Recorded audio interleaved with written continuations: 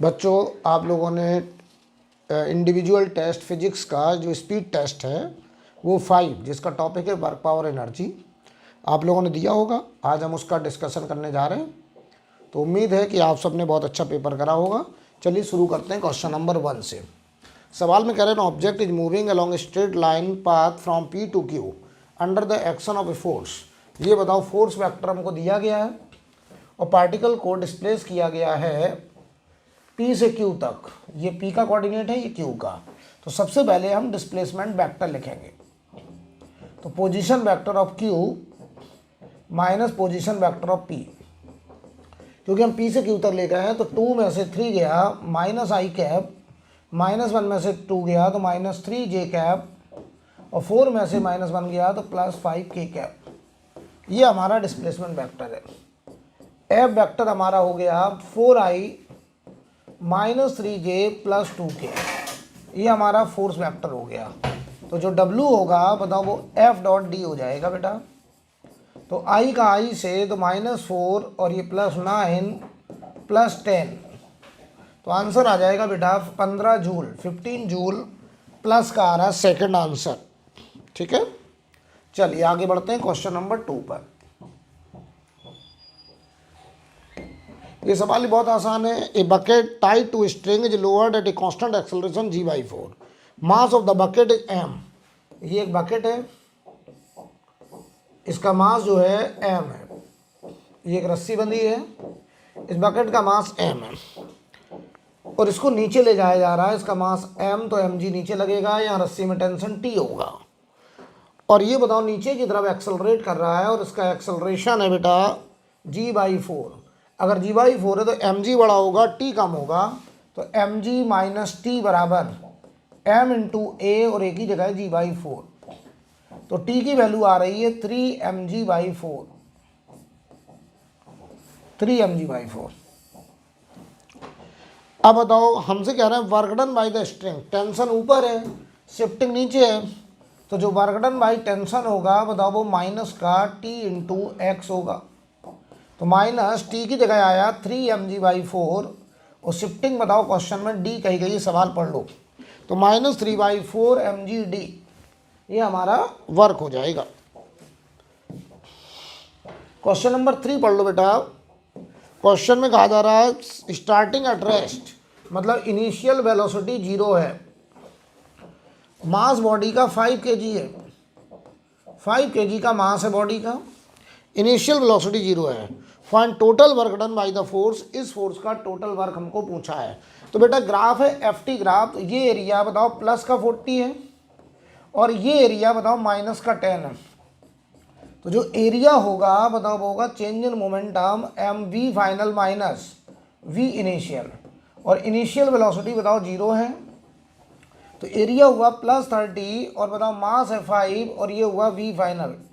तो v final की value हो गई बताओ 6 metre per second,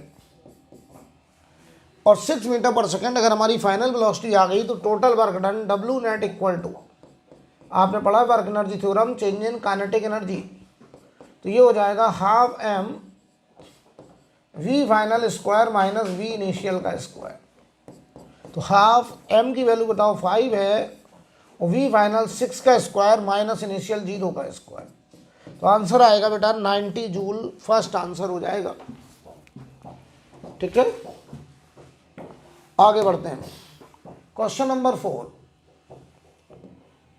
work done bye static friction. बताओ स्टैटिक फ्रिक्शन का वर्क पूछा है। जैसे हम तुमसे कहें, मान लो एक डबल ब्लॉक सिस्टम है ऐसे, और ये कैपिटल M, और ये दोनों ही एक कांस्टेंट एक्सेलरेशन से जा रहे हैं। तो बताओ इस ऊपर वाले पर स्टैटिक फ्रिक्शन इधर लग रहा होगा और नीचे वाले पर पीछे लग रहा होगा स्टैटिक फ्रिक्शन।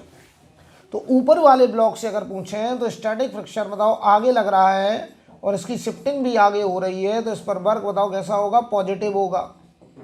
अच्छा, इस पर स्टैटिक फ्रिक्शन का वर्क नेगेटिव होगा, WFS नेगेटिव होगा, जबकि ऊपर वाले पे पॉजिटिव है, नीचे वाले पे नेगेटिव है। तो मे बी पॉजिटिव बिल्कुल सही है, मस्ट लगा दिया गलत हो गया, मस्ट लगा दिया गलत हो गया। अगर ये मे होता तो आंसर ऑल ऑफ दीज हो जाता। तो इसमें आंसर मे बी पॉजिटिव होगा केवल, मस्ट लगाना गलत है, मस्ट बी नेगेटिव। बताओ मे भी नेगेटिव सही था, इस वाले पे देखो नेगेटिव है, इस पर पॉजिटिव है, टोटल सिस्टम पे अगर वर्क आए तो जीरो आ रहा है, तो दोनों पे मिलाकर के वर्क जीरो भी हो सकता है। तो आंसर हमारा अगर तीनों में मस्ट की जगह में होता तो आंसर तीनों सही होते, तो ऑल ऑफ दीज आंसर होता। लेकिन इस सवाल में चूंकि मस्ट लगाया तो ये जरूरी नहीं है, इसलिए आंसर ए होगा। राइट। क्वेश्चन नंबर 5 देखो बेटा, a force acting on a particle, ये फोर्स दिया है, change in kinetic energy of the particle move from this to this. तो सबसे पहले तो हमको इतना बताइए कि चेंज इन काइनेटिक, तो W net equal to change in kinetic energy, तो चेंज इन काइनेटिक एनर्जी निकालना है, तो हम डब्ल्यू नेट निकाल दें। तो ये बताओ इंटीग्रेट हो जाएगा 3x² dx plus 4y dy। Limit बताइए जरा, 0,2 से 1,3 तक लगाएंगे लिमिट। तो ये बताओ x³ हो जाएगा, लिमिट लगेगा 0 से 1, ये y² 2y² होगा, क्योंकि ये y²/2 तो एक 2 कट जाएगा, और यहाँ पर लिमिट आएगा आपका y पर 2 से 3। तो ये देखो जरा 1 बचा, 2 टाइम्स ये 9 - 4 5, तो ये आएगा आंसर 11 जूल। आंसर आया 11 जूल। ठीक है। 6 नंबर क्वेश्चन देखिए, कह रहे a mass of block 20 kg rest on a bigger block of mass 30 kg lie on a smooth horizontal plane, whole system is at rest, the coefficient of friction between the block 0.5, horizontal force 50 Newton is applied on the lower block। तो पहले तो ये बताओ इन दोनों का motion combined होगा या relative होगा, ये देखना पड़ेगा। तो यहाँ जो फ्रिक्शन अवेलेबल है जिसका नाम Fs मैक्स है, बताओ वो म्यू इंटू नॉर्मल, तो म्यू बताओ बेटा 0.5 है, और नॉर्मल बताओ यहाँ पे 20 × g होगा, यानी 100 न्यूटन आ गया। अब सोचो यहाँ 100 न्यूटन का फ्रिक्शन तैयार है इन दोनों के बीच में, यहाँ 100 न्यूटन का फ्रिक्शन बनके रेडी है। हम पहले ये मानेंगे कि क्या इनका मोशन कंबाइंड होगा। तो जरा बताओ, अगर हम कंबाइंड माने तो ये दोनों, ये देखिए ये टोटल मास 50 kg हो गया, 50 kg, और फोर्स बताओ 50 न्यूटन का है। तो अगर कंबाइंड जाएंगे तो 1 से जाएंगे। चेक करो 1 से चलने के लिए ऊपर वाले ब्लॉक को 20 kg को 1 से चलने के लिए कितने फ्रिक्शन की ज़रूरत है। इसको चलना 1 से कितने की ज़रूरत है, तो इसको जो फ्रिक्शन रिक्वायर्ड है बताओ वो 20 × a की वैल्यू 1 है, यानी 20 न्यूटन इसको चाहिए, जबकि है कितना 100 न्यूटन, चाहिए कितना 20 न्यूटन। इसका मतलब A1 will be equal to A2 and motion will be combined, motion will be combined motion होगा। तो जरा बताओ अगर कंबाइंड मोशन हुआ तो 20 kg पर, ये 20 kg बेटा समझिएगा, इस पर फ्रिक्शन इधर लग रहा है और ये 30 kg है, और इस पर स्टैटिक फ्रिक्शन इधर लग रहा है। कंबाइंड चल रहे हैं चूंकि, तो ये दोनों ही बराबर बराबर डिस्प्लेसमेंट कवर करेंगे। तो work done by friction on 20 kg, ये बताओ होगा प्लस का Fs × x, work done on 30 kg होगा माइनस, फ्रिक्शन इधर लग रहा है, शिफ्टिंग आगे हो रही है, तो माइनस Fs × x। तो इसका जो आंसर होगा magnitude of work done by friction on upper and lower block same, magnitude, यहाँ मैग्नीट्यूड Fs × x, यहाँ पे भी मैग्नीट्यूड Fs × x, यानी वर्क का जो मैग्नीट्यूड आ रहा है वो दोनों पर बराबर आ रहा है। हालांकि एक पे जितना प्लस है दूसरे पे उतना माइनस है। अगर total work done by static friction कहें तो आंसर बेटा 0 आएगा पूरे सिस्टम पर। लेकिन हमसे सवाल में पूरे सिस्टम पे नहीं पूछा है, हमसे इंडिविजुअली बात करी गई है कि मैग्नीट्यूड बराबर होगा। आगे बढ़ते हैं। बहुत आसान सवाल है, बहुत आसान सवाल है। वही तरीका, डिस्प्लेसमेंट निकाल लो। तो डिस्प्लेसमेंट वेक्टर R2 - R1, तो ये -i + j और फोर्स वेक्टर हमको दिया ही है -4i प्लस जे प्लस 3k, तो वर्क होगा F.D। तो i का i से j का j से आंसर हो जाएगा माइनस, एक बार फिर से देखिए सही लिखा है सब कुछ, 3i plus 2j 4k, 2i plus 3j plus 4k। Okay, तो डिस्प्लेसमेंट होगा 2i में 3i माइनस i आएगा, माइनस i, और 3j में से 2j गया प्लस j, तो -4 माइनस ये +4 हो जाएगा बेटा i का i से, तो ये आएगा हमारा 5 जूल, आंसर सी पार्ट। ठीक है, सवाल पढ़ लो। 300 gram mass at velocity this at certain stand its kinetic energy. तो बताओ भाई, बहुत ही आसान है यार, इसकी काइनेटिक एनर्जी क्या होगी, हाफ mv²। इसमें क्या है यार, ये तो बहुत ही बेसिक क्वेश्चन हो गया भाई। केजी में कन्वर्ट करेंगे, वेलोसिटी बताओ, इसका मॉडुलस 5 आएगा, तो हाफ 3/10 25, 5 से काट दो, ये 15/4, तो आंसर 3.75 जूल आ गया बेटा, 3.75 जूल। 8th का आंसर ए हो गया। 9 नंबर देखो, the work done by force इतने as its point of application move from इतने टू द ऑरिजिन। बहुत आसान है, यहाँ से ऑरिजिन तक गए, ऑरिजिन का मतलब 0,0,0, तो displacement vector final minus initial -i -j -k, force vector है -5k, W हो जाएगा बेटा F.D, तो J का J से, I का I से, K का K से +5 जूल। बहुत ही आसान सवाल, बहुत आसान। तो एकदम ऐसा ही क्वेश्चन है हमारा 10 नंबर, इसका हम सीधा आंसर टिक करेंगे, 2 यूनिट इसका आंसर है, इसे सॉल्व नहीं करेंगे। 10 सवाल हमने कर दिए हैं, आगे बढ़ते हैं बेटा। 11 नंबर देखो, 11 नंबर में कह रहे हैं block of mass m initially at x = 0 is acted upon by horizontal force F = a - bx²। The coefficient of friction between the surface is mu, net work done on the block is 0। तो जरा सोचो इस पर कौन कौन से force लग रहे होंगे, नीचे mg, ऊपर नॉर्मल, और पीछे लग रहा होगा काइनेटिक फ्रिक्शन, और F इधर लग रहा आगे की तरफ। तो सोचो जरा, नॉर्मल और mg का वर्क तो 0 होगा, क्योंकि ये हॉरिजॉन्टल में x जा रहा है और ये दोनों y डायरेक्शन में लग रहे हैं। तो अगर हमें कहा गया W नेट 0 है, तो देखो W normal, W mg, W fk और W f मिला करके 0, तो ये दो तो वैसे ही 0 हैं। Fk का वर्क होगा -μmg into horizontal shifting x, F का वर्क आएगा integral 0 to x a - bx² dx, और ये बराबर 0। तो μmgx is equal to ax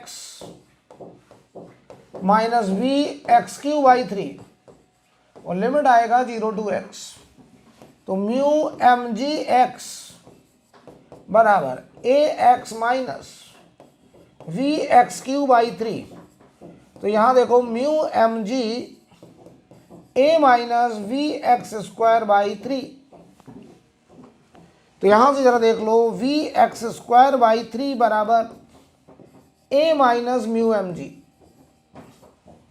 तो x² बराबर 3/b a - μmg।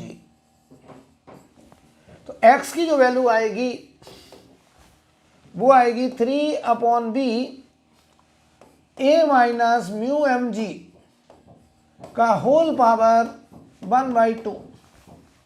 तो आंसर आएगा हमारा लास्ट आंसर बेटा। ठीक है, आगे बढ़ते हैं। क्वेश्चन नंबर 12, सवाल पढ़ लो। मास 2 kg, पोजीशन ये है, work by the force in first 2 second. तो पहले 2 सेकंड वर्क निकालना, तो x देखो दिया गया t³/3। मैं तो कहूँगा वेलोसिटी निकालो, dx/dt कर दो बेटा t²। एक बार t को 0 रख दो, वेलोसिटी इनिशियल 0। एक बार t को 2 सेकंड रख दो, तो वेलोसिटी आ गया 4 मीटर पर सेकंड। हमें निकालना है वर्क डन। तो W नेट इक्वल टू, आपने पढ़ा होगा चेंज इन काइनेटिक एनर्जी। तो हमको निकालना वर्क है, हम लिख रहे हैं चेंज इन काइनेटिक एनर्जी। तो V final square minus V initial का स्क्वायर बेटा। इनिशियल वेलोसिटी 0 है, हाफ मास है 2 kg और फाइनल वेलोसिटी है 4 का स्क्वायर। तो आंसर देखो 16 जूल आ रहा है, 16 जूल। ठीक है, क्वेश्चन नंबर 13 बहुत ही कॉमन क्वेश्चन है, कई बार ऐसा सवाल हम लोग क्लास में कर चुके हैं। ठीक है, तो इसका वर्क पूछा है, तो हम चाहो तो डायरेक्ट आंसर लिख सकते हैं, लेकिन एक बार कर दे रहे हैं हम। माइनस के वाई प्लस एक्स, ये वेरिएबल फोर्स है, और पार्टिकल को हम कहाँ से ले गए, स्टार्टिंग फ्रॉम ऑरिजिन, और कहाँ तक गए, a, तक। ठीक है, तो इंटीग्रल ऑफ 0, से फाइनली a, तक जाना है। और ये कंजर्वेटिव फोर्स है बेटा, जो देखने में नॉन कंजर्वेटिव लगता है। तो माइनस के y_, xj_, और डॉट प्रोडक्ट dxi_,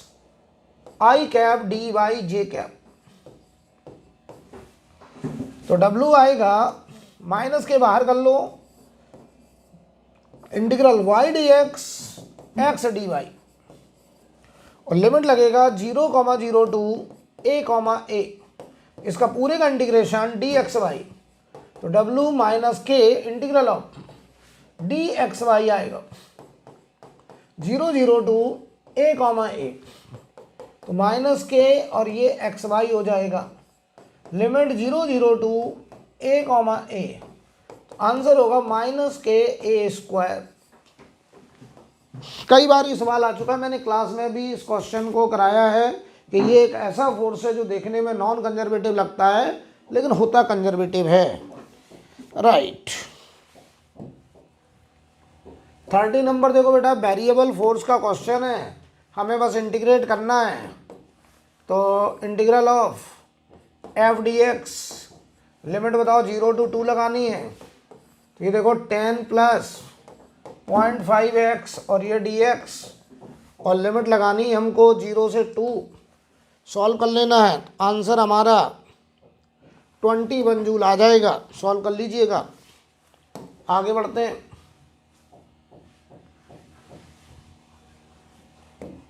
15 नंबर पढ़ो। A body of mass 1 kg thrown upward with velocity 20 metre per second. हमने बताओ किसी बॉडी को ऊपर की तरफ फेंका 20 मीटर पर सेकेंड से, कितनी हाइट तक गया है, 18 मीटर हाइट तक। 18 मीटर हाइट पे जाके इसने अपनी वेलोसिटी 0 कर ली। तो इसके पास जो काइनेटिक एनर्जी थी यहाँ, हाफ m1 है और v20 का स्क्वायर, 200 जूल एनर्जी थी। और यहाँ जाके जो पोटेंशियल में कन्वर्ट हुआ mgh, m1 g10, और हाइट है हमारा 18 मीटर, तो ये 180 जूल। तो लॉस ऑफ एनर्जी 200 था, 180 में कन्वर्ट हुआ, 20 जूल लॉस हो गया, 20 जूल। 16 नंबर, ये फोर्स है, हमको x1 से x2 तक वर्क निकालना है। तो बताओ dw या w सीधा बोलो, इंटीग्रल ऑफ माइनस के upon x² dx, limit x1 से x2, माइनस के बाहर x पावर -2 + 1, -2 + 1, x1 से x2 लिमिट, तो प्लस के हो जाएगा बेटा 1/x बचा, x1 से x2 के बाहर 1/x2 - 1/x1। तो देख लो भाई, तो हमारा आंसर सेकंड आ रहा, देखो यहीं से दिख रहा है। माइनस के times x2 minus x1 upon x1 into x2। Answer second. 17 number देखिए। A block of mass 2 kg resting on a smooth surface. At what angle a force 10 Newton be acting on the block so that it will acquire a kinetic energy 10 joule after moving 2 metre. बहुत बढ़िया। तो ना बताओ, ऐसे एक block है 2 kg जिसका मास है, हम इस पर एक फोर्स ऐसे लगा रहे हैं, 10 न्यूटन का एक फोर्स है। हॉरिजॉन्टल से कितने एंगल पे लगाएं ताकि ये 2 मीटर खिसकने पर इसके पास जो काइनेटिक एनर्जी आ जाए वो 2 जूल आ जाए, सॉरी 10 जूल आ जाए। सवाल पढ़ लो। तो बताओ, इधर आएगा F का कॉस थीटा, इधर आएगा F का sine theta. F sine theta non working force है, work done equal to change in kinetic energy. Work होगा F cos theta into 2 metre और ये 10 जूल। F की वैल्यू 10, कॉस थीटा इंटू 2 बराबर 10। Cos theta की value half आ गई, theta बेटा 60 डिग्री आ गया। आंसर। बहुत ही आसान सवाल है, बहुत आसान। 80 नंबर देखिए। The work done by the force F equal to, ये वेरिएबल फोर्स है, around the path shown in the figure. हमको ऑरिजिन से जाना है, पहले D, 0 तक जाना है, फिर D, D और फिर 0, D और वापस ऑरिजिन तक आना है। हमको वर्क निकालना बेटा, ठीक है। तो इस केस में अगर हम यहाँ पे नाम रख दें A B C D A, सबसे पहले A से B तक की इक्वेशन बताओ क्या है इसकी इक्वेशन। इसकी इक्वेशन है y इक्वल टू 0। तो y को 0 रख दो तो F बराबर 2x स्क्वायर जे कैप, 2x स्क्वायर जे कैप। तो ये जो फोर्स लग रहा है बताओ, A से B तक ऐसे लग रहा है, पार्टिकल ऐसे जा रहा है, फोर्स ऐसे लग रहा है जे कैप, ऐसे फोर्स लग रहा है। पार्टिकल जा रहा है x के लॉन्ग, फोर्स लग रहा है y के लॉन्ग, तो वर्क डन तो 0 होगा। तो A से B तक का वर्ग 0 होगा, ये तय हो गया, ठीक है। अब आओ बेटा B से C में। B से C तक की जो इक्वेशन है वो है x equal to D. x equal to D है भाई ये। तो x को जरा d रख दो यहाँ पे,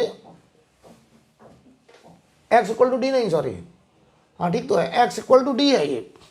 यहाँ से यहाँ तक की इक्वेशन x बराबर d है हर जगह।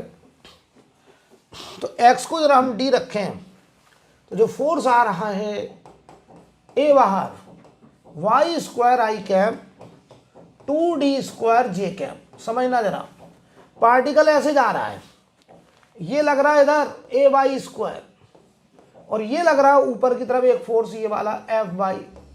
तो वर्क कराने के लिए यही जिम्मेदार है। तो जो W होगा 2AD स्क्वायर ये फोर्स इंटू शिफ्टिंग यहाँ से यहाँ तक की D, तो ये वर्क हुआ 2ADQ, ये वर्क आया।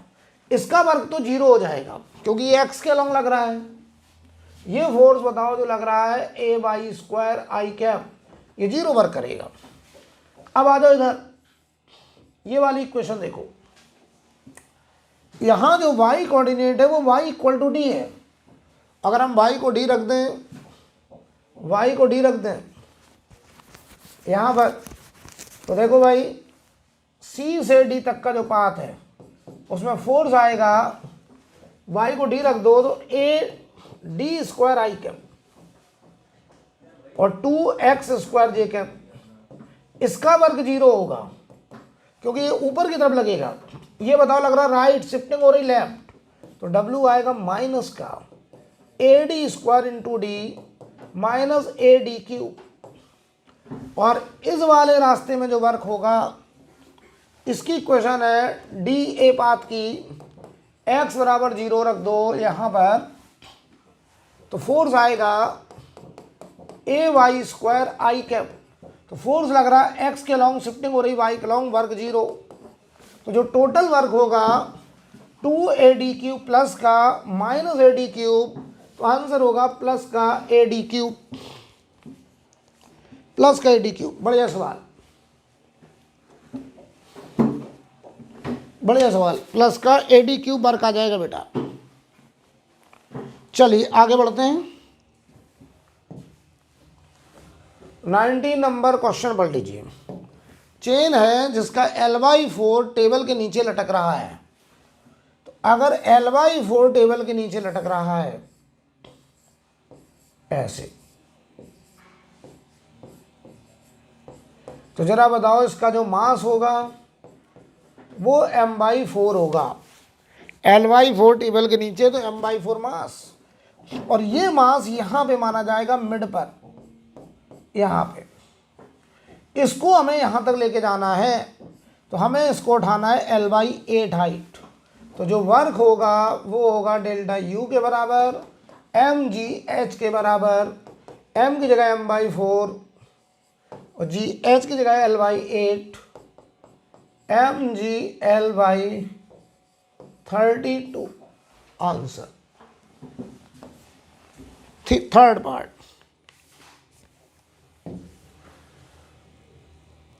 20 नंबर क्वेश्चन पढ़ लो बेटा। ए body of mass am moving in a circle of radius r with a constant speed v, the force on the body is mv²/r and is directed towards the center. What is the work done by the force moving in half the circumference? लो भाई बताओ, कोई particle circle में घूम रहा है, force ऐसे लग रहा है, उसका डिस्प्लेसमेंट ऐसे है, फोर्स ऐसे, डिस्प्लेसमेंट ऐसे, फोर्स ऐसे, डिस्प्लेसमेंट ऐसे, डिस्प्लेसमेंट ऐसे, फोर्स ऐसे। बताओ फोर्स और डिस्प्लेसमेंट हमेशा किसी भी पॉइंट पर, डिस्प्लेसमेंट ऐसे, फोर्स ऐसे, कितने एंगल पे 90। तो work done by centripetal force is always 0। ये यूनिफॉर्म सर्कल का सवाल है क्योंकि कांस्टेंट स्पीड से जा रहा है। तो यूनिफॉर्म सर्कुलर मोशन में जो फोर्स लगता है वो सेंटर की तरफ लगता है, जिसे हम लोग सेंट्रीपिटल फोर्स कहते हैं, और उसका वर्क तो 0 ही होगा। 21 नंबर क्वेश्चन देखो बेटा। A bullet moving with speed 100 metre per second can just penetrate 2 plank of equal thickness. इसका मतलब यही तो हुआ, ये एक प्लैंक है, एक प्लेटफॉर्म, ये L लेंथ, ये L लेंथ। यहाँ से कोई बुलेट एंटर कर रहा है, इसकी वेलोसिटी 100 मीटर पर सेकेंड है, और यहाँ आके ये बुलेट रुक जा रहा है, यहाँ आके वेलोसिटी 0 हो गई। कह रहे कितने प्लैंक ऐसे लगाने पड़ेंगे अगर बुलेट डबल स्पीड कर दी जाए। तो इसका जो हाफ mv² है वो लॉस हुआ म्यू mg इंटू 2l में, म्यू mg इंटू 2l। मान लो फ्रिक्शन में लॉस हो गया। अब स्पीड डबल कर रहा हूं, हाफ m, ये हुआ 2b का स्क्वायर। तो म्यू mg इंटू nl कर दिया, अब की बार n प्लेटफॉर्म, दोनों को डिवाइड करो तो 1/4 बराबर 2/n। तो n बराबर आ गया आंसर 8 प्लेटफॉर्म लगाने पड़ेंगे। ठीक है। 22 number, which of the following are conservative force. तो ये तो सभी कंजर्वेटिव फोर्स के ही एग्जाम्पल हैं, क्योंकि जिस डायरेक्शन में फोर्स है, ये फोर्स आर वेक्टर जिसका फंक्शन है उसी डायरेक्शन में फोर्स है। ये कुछ इस तरीके की स्टोरी हो गई। F बराबर 2x³ आई कैप, ये x वेरिएबल तो x का ही यूनिट वेक्टर है। ठीक है। तो ये सारे फोर्स जिस वेरिएबल पे डिपेंड कर रहे हैं उसी डायरेक्शन में है। तो इसका जो dw होगा बड़े आराम से हम निकाल सकते हैं f dx करके, विदाउट पाथ इक्वेशन के हम वर्क निकाल सकते हैं सारे केस में। तो इसका आंसर होगा ऑल ऑफ दीज।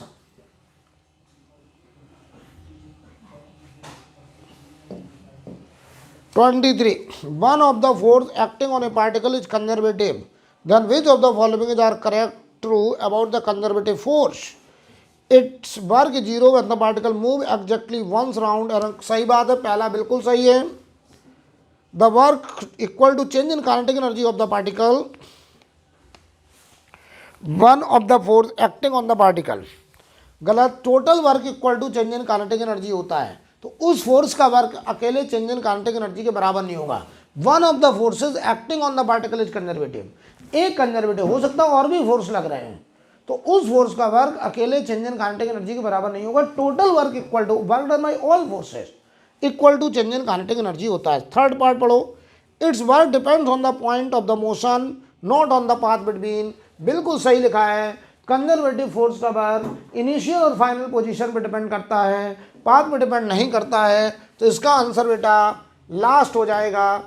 इसका आंसर हम टिक करेंगे ए एंड सी बोथ। ए और सी दोनों सही है, इसलिए आंसर लास्ट होगा। आगे देखो बेटा 24 number, when a conservative force does positive work. बताओ कंजर्वेटिव फोर्स का पॉजिटिव वर्क कब होगा, जरा सोचो। mg अगर कंजर्वेटिव वर्क है, कंजर्वेटिव फोर्स है mg नीचे लग रहा है और शिफ्टिंग भी अगर नीचे हो जाए, तो सोचो ये बॉडी अगर नीचे आएगी तो बताओ इसकी पोटेंशियल एनर्जी घट रही होगी, तो पोटेंशियल एनर्जी डिक्रीज करेगी। तो बताओ when a conservative force does positive work the potential energy of the system decreases, right.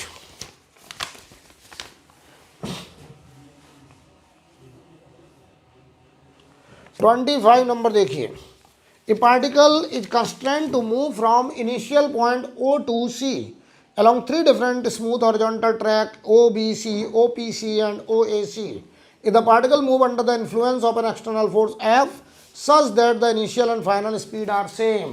बताओ इनिशियल फाइनल स्पीड अगर सेम है तो इसका मतलब ये हुआ कि work done by F equal to change in kinetic energy, और ये बताओ जीरो आ रहा है। इसका मतलब ये हुआ कि integral of F D R O to C should be zero. तो बताओ पढ़ो option, there necessarily exist a path.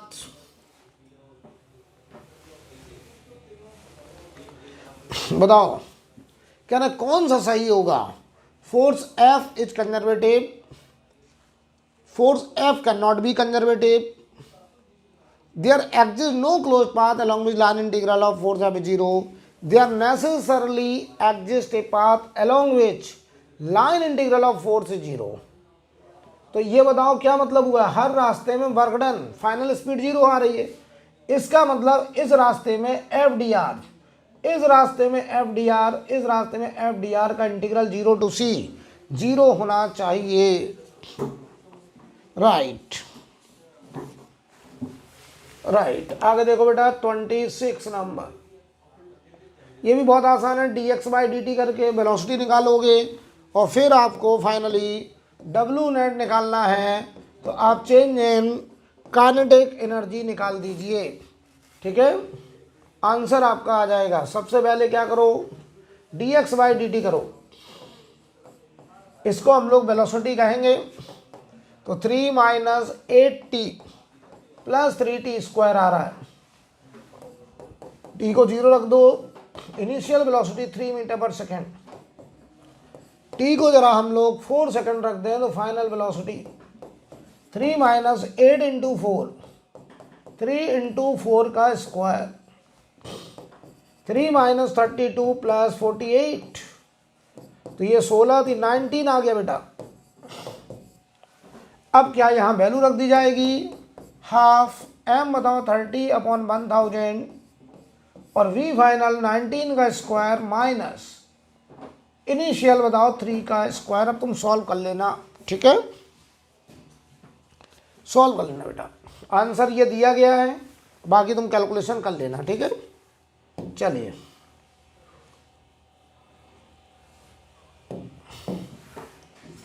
सवाल पढ़िए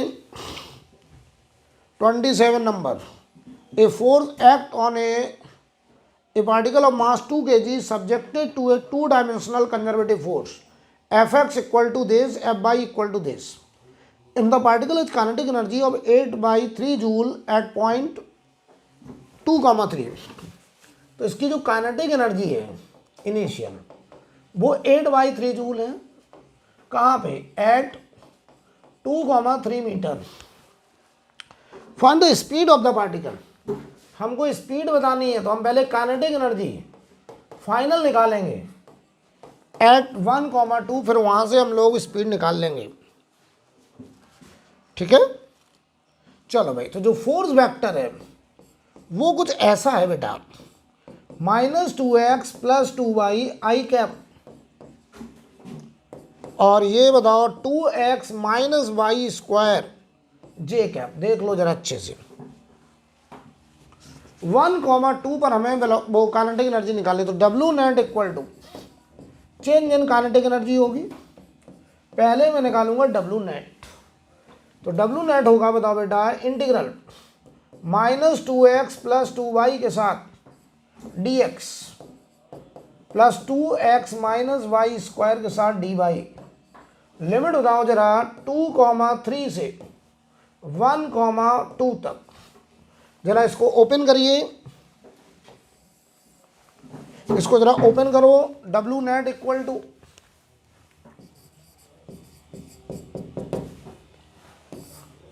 2,3 से 1,2 तक -2x dx 2y dx 2x dy -y³ dy।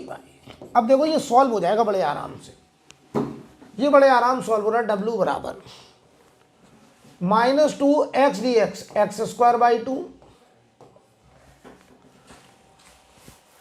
Limit बताओ x पर 2 से 1, इधर 2 कॉमन ले लो। y dx + x dy, ये हो गया इंटीग्रेट हो गए x y, और लिमिट लग जाएगा 2,3 से 1,2 तक। इधर आ जाओ -y⁴/4, और लिमिट लगेगा y पर 3 से 2। तो W नेट इक्वल टू 2 से 2 गया, 1 - 4 - 3 तो +3 हो गया, माइनस बाहर है। ये 2 - 6 तो -4 × 2 -8।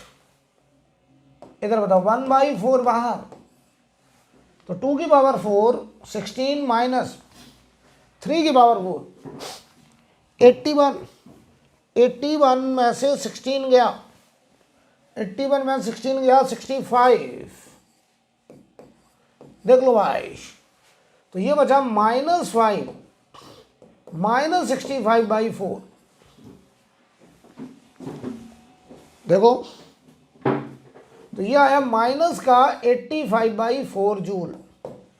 अब इसको कर दो तुम W net equal to -85/4 change in kinetic energy, तो KE फाइनल -8/3। इधर ले जाओ, तो -85/4 + 8/3 बराबर KE फाइनल। LCM आया 12। बेटा कुछ मिस्टेक हो रहा है, कुछ मिस्टेक हो रहा है। मिस्टेक तो हो ही गया है। ये y² है बेटा, देखो तो यहाँ y³ आएगा, तो ये 8 माइनस, यहाँ से हम लोग थोड़ा सा फिर से करेंगे, ठीक है, थोड़ा गलती हो गई है। W बराबर यहाँ 1 - 4 - 3 + 3 + 2 टाइम्स 3 - 6 2 - 6, तो ये बच रहा है -4, तो -4, ठीक है। इधर आओ, ये 3 है बेटा, तो 8 - 27, तो -19 बच रहा ना, तो प्लस का 19/3। देख लो एक बार अच्छे से, 8 - 27, क्योंकि 2,3 से 1,2 तक जा रहा है।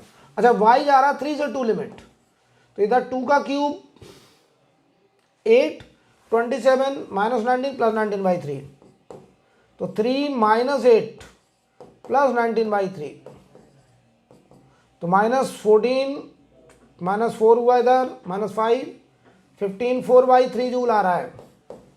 अब देखो यहाँ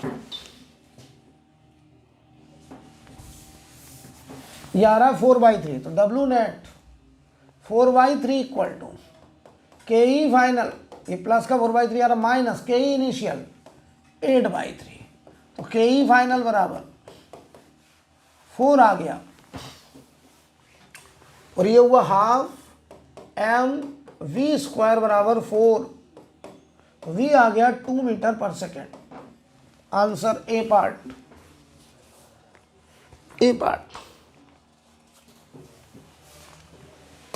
28 नंबर देखो बेटा,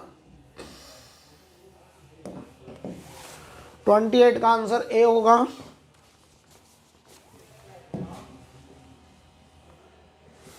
29 नंबर पढ़ लो।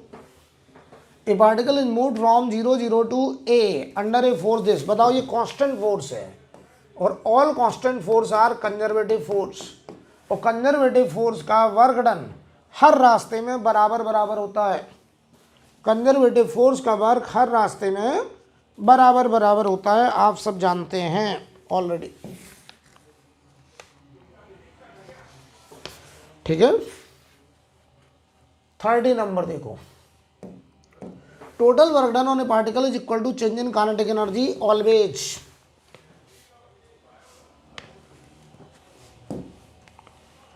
ठीक है, सवाल पढ़ लो। In the track shown in the figure, section AB is a quadrant of a circle of 1 meter radius.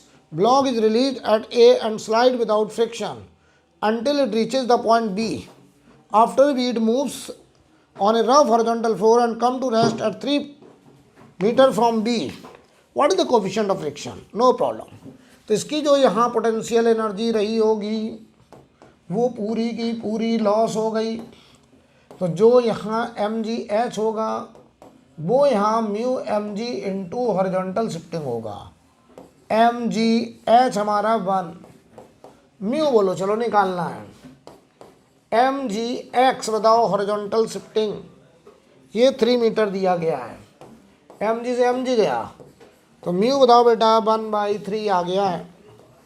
First answer.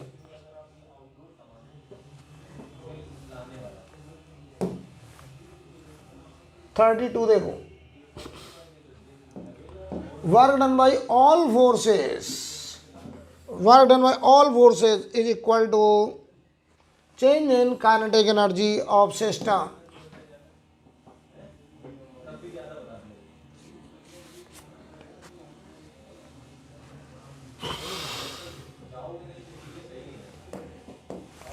A ship of mass इतने kg initially at rest is pulled by a force इतना through a distance 3 meter, assuming that resistance due to water negligible the speed of the ship. तो W net equal to change in kinetic energy। W net बताओ, F कितना है 5 into 10 की power 4, shifting है 3, half M हुआ 3 into 10 की power 7, और ये V स्क्वायर इनिशियल 0। ठीक है, ओके 3 से 3 गया, इधर ले जाओ 10 इंटू 10 की पावर 4, 10 की पावर 7, तो इधर 10 की पावर -2, वी स्क्वायर, वी बराबर 10 की power -1.1 metre per second. Answer 33, बहुत ही आसान सवाल है। 34, 1/32, 35 देखिए, 2 block A and B have masses m and 4m respectively.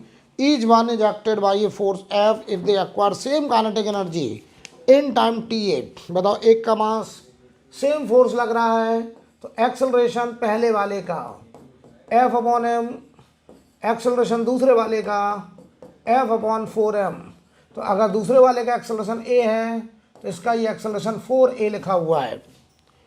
Same kinetic energy दोनों ने अचीव करी है, तो इसने बताओ टी ए टाइम में जो वेलोसिटी होगी इसकी वो होगी u plus 4a into T A, दूसरे वाले का वेलोसिटी होगा u plus a into T B. तो इसकी काइनेटिक एनर्जी और b की बराबर कही गई है, इसका mass half m, velocity 4a t a का स्क्वायर। इधर देखो हाफ, इसका मास है 4m और इसकी velocity a into T B का स्क्वायर, हाफ खत्म, m खत्म, a स्क्वायर भी खत्म, यहाँ 16ta का स्क्वायर बराबर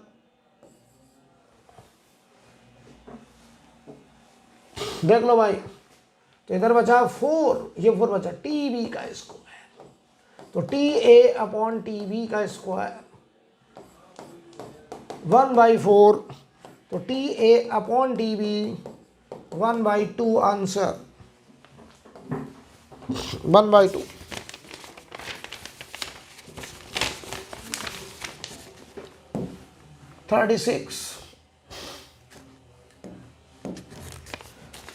सवाल पढ़ो। The spring is compressed by distance A and release the block again comes to rest when the spring is elongated by distance B during this. तो बताओ हम लिखेंगे ई इनिशियल बराबर E final plus loss. Initially A दबाया गया है तो half के स्क्वायर, बाद में बी लॉन्गेट हो गया तो हाफ के बी स्क्वायर, और बाकी energy mu M g, displacement है ए प्लस बी खिसका। यहाँ देखो half k a square minus b square mu M g a plus b, तो k/2 a minus b a plus b mu M g a plus b हो गया cancel, mu की वैल्यू आ गई k/2 m g a minus b. Third part answer.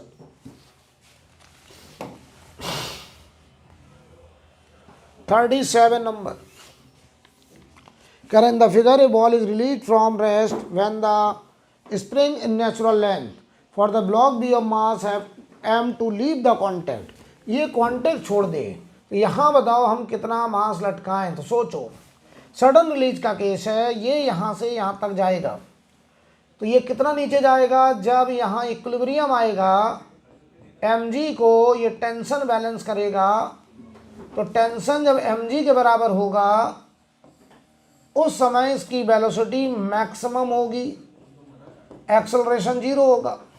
तो जितना ये यहाँ जाएगा, ये चलो मान लो के x की वैल्यू आ रही mg/k, तो mg/k आधा है, ये x है, इतना ही x और जाएगा तो x मैक्सिमम आया 2mg/k, और यही 2mg/k इसको उठा देगा। तो बताओ यही बराबर हमारा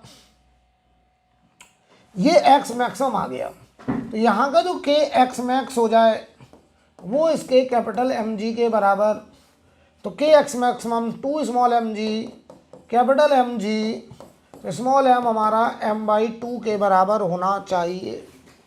थर्ड पार्ट सडन रिलीज वाला केस था। 38 नंबर क्वेश्चन में कुछ है नहीं सवाल में। An object of mass m and velocity v is brought to rest by constant force f। Force कैसा बेटा, constant. Possible expression for the magnitude of force, बताओ पहला एक्सप्रेशन चेक करो। तो v स्क्वायर बराबर फाइनल वेलोसिटी 0 होनी है, तो v स्क्वायर माइनस 2a/d है, a बराबर हो गया v स्क्वायर बाई 2d, तो फोर्स बराबर हुआ ma, तो mv स्क्वायर बाई 2d। बिल्कुल सही लिखा पहला। दूसरा देखो, टाइम के टर्म में d बराबर हाफ at स्क्वायर होगा, तो यहाँ से a की वैल्यू बताओ 2d/t स्क्वायर, f बराबर ma, a हुआ 2d/t स्क्वायर, ये भी सही है। और v के टर्म्स में तो final velocity 0, v minus at, a आया v/t, तो फोर्स हो गया बेटा m इंटू a, तो mv/t, ये भी सही है। आंसर लास्ट हो जाएगा। 39 नंबर ऐसा हम क्लास में कर चुके हैं पावर का सवाल, आंसर इसका थर्ड होगा। ठीक है, क्लास में हुआ है। 40 नंबर देखो सवाल बहुत आसान है। A spring which is initially in unstressed condition is first stretch by length X, then again by further length X. तो U initial W1 half K X square, W2 U final minus U initial, तो half K 2x हो गया final elongation minus half K X square, तो ये हो गया हमारा 3/2 के एक्स स्क्वायर। तो यहाँ से जो W2 आ रहा है वो 3W1 आ रहा है। Third answer 41 number. Work done in joule increasing the extension 10 Newton पर सेंटीमीटर। के की वैल्यू देखो 10 न्यूटन पर सेंटीमीटर, तो 10 इंटू 100 न्यूटन पर मीटर, 10 की पावर 3 न्यूटन पर मीटर, ये के हो गया।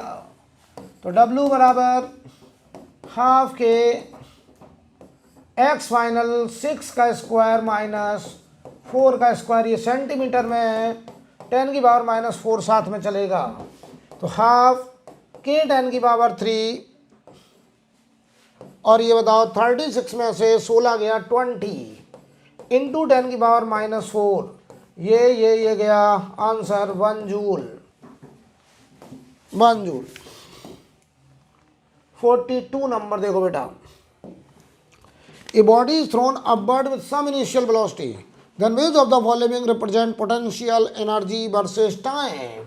तो अगर हमने किसी बॉडी को ऊपर फेंक दिया है तो h हाइट पर इसकी पोटेंशियल एनर्जी होगी mgh,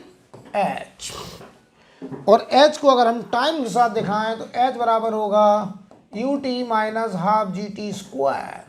तो यहाँ पोटेंशियल एनर्जी का फंक्शन आएगा, ये पोटेंशियल एनर्जी है ut माइनस सॉरी, तो यहाँ पोटेंशियल एनर्जी आएगा mg, h की जगह है u वेलोसिटी है तो b लिख दे रहा हूँ, t minus half GT square. तो ये देखो x square equal to minus 4a parabola opening downward, ये पैराबोला आएगा, ठीक है। कह रहे हैं in which of the following cases potential energy increases. बताओ अगर हम किसी बॉडी को ऊपर लेके जा रहे हैं तो पोटेंशियल एनर्जी बढ़ेगी, तो a body is taken away against gravitational force, potential energy will increase। 44 number. Which of the following quantity are frame dependent। बताओ बेटा काइनेटिक एनर्जी फ्रेम पे डिपेंड करेगी, बिल्कुल करेगी, क्योंकि वेलोसिटी फ्रेम डिपेंडेंट होती है। Work done by force, work भी फ्रेम पे डिपेंड करता है, क्योंकि अलग अलग फ्रेम से बॉडी का शिफ्टिंग अलग अलग दिखाई देता है, तो वर्क भी अलग अलग। पोटेंशियल एनर्जी भी फ्रेम डिपेंडेंट होती है। हम रेफरेंस फ्रेम मानते हैं कि पोटेंशियल एनर्जी का रेफरेंस लाइन ये है, तो पोटेंशियल एनर्जी भी फ्रेम डिपेंडेंट है। ये तीनों क्वांटिटी ही फ्रेम डिपेंडेंट होती हैं। फ्रेम पर डिपेंड नहीं करता है, बताइए टाइम, क्या डिपेंड नहीं करता, टाइम, रिलेटिव सेपरेशन। तो ये बताइए टाइम हमारा फ्रेम पे डिपेंड नहीं करता है। चलिए आगे बढ़ते हैं। 45 इसका आंसर बेटा लास्ट है, आप लोग ट्राई कर लीजिए, ये सवाल आपके लिए। तो ये आपके पेपर का डिस्कशन 5 नंबर टेस्ट का हो गया।